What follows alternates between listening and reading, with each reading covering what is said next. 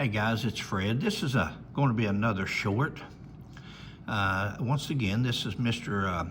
Elim, Mike Elim, who does a podcast and a bus tour on Buford Pusser's life and history.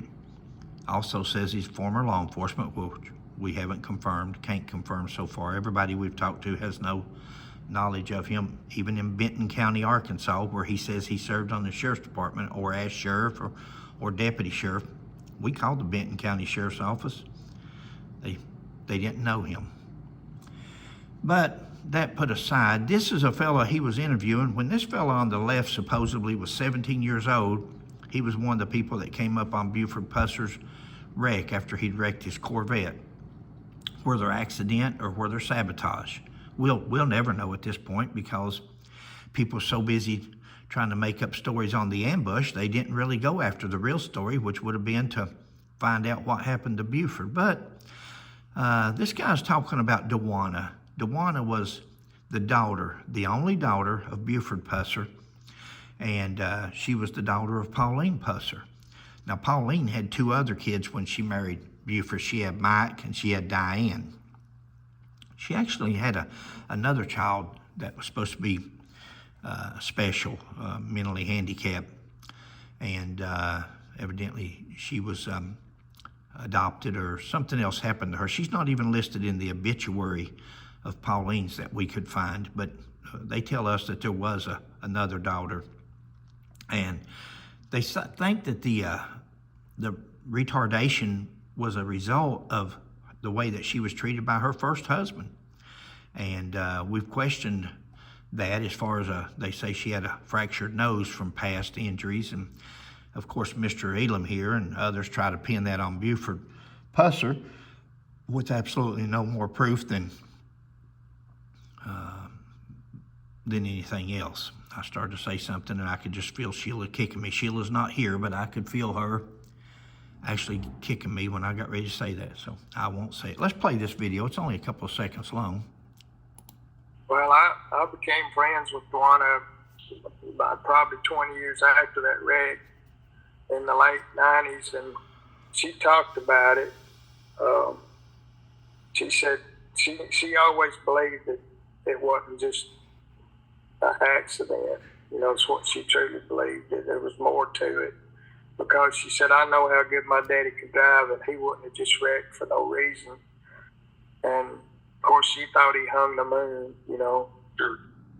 Well, back in the days, guys, we had old gravel roads. It wasn't like it was today. And it was like the old moonshiners, especially police officers. Police officers could drive. So with that given, he says that Dwana couldn't believe that her father had lost control of his car and wrecked. Of course, we know anything's possible. I'm not going to sit here and say it was something else. I do know there's a video out there of several people that says they inspected the car and they said the tie rod was broke.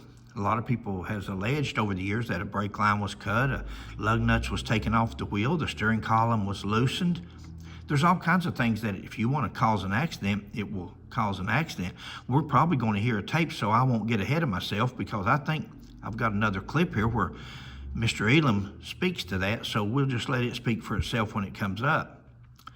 But this was about Dwana saying that she didn't think that her dad had an accident, that somebody had finally gotten to him.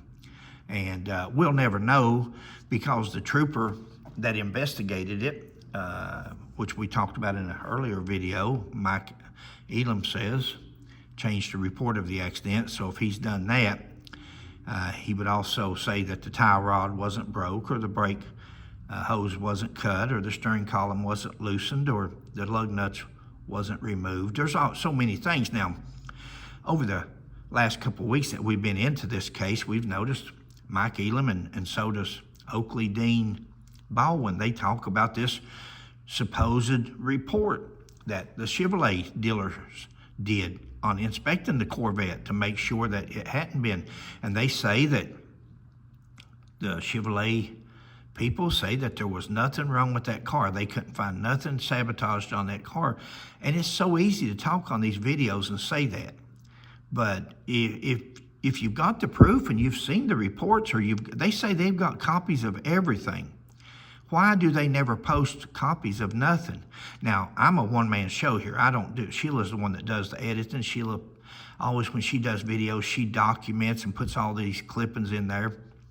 I'm not going to do that because I'm not the one alleging that there's a report out there that we can't find a report. Now, maybe we just can't find it, or maybe it doesn't exist. You can't find what is not there. You can't find evidence that's not there. It's like the autopsy on Pauline's head. Her skull's half gone. You can't tell which way a projectile is going, the trajectory, if there's nothing there but a big hole, big gaping hole. You can't tell nothing. So we're not the ones saying there's a report that Chevrolet did on this car and said it was excellent. We're not saying that. Mike Elim says that. And Oakley Dean Baldwin says that.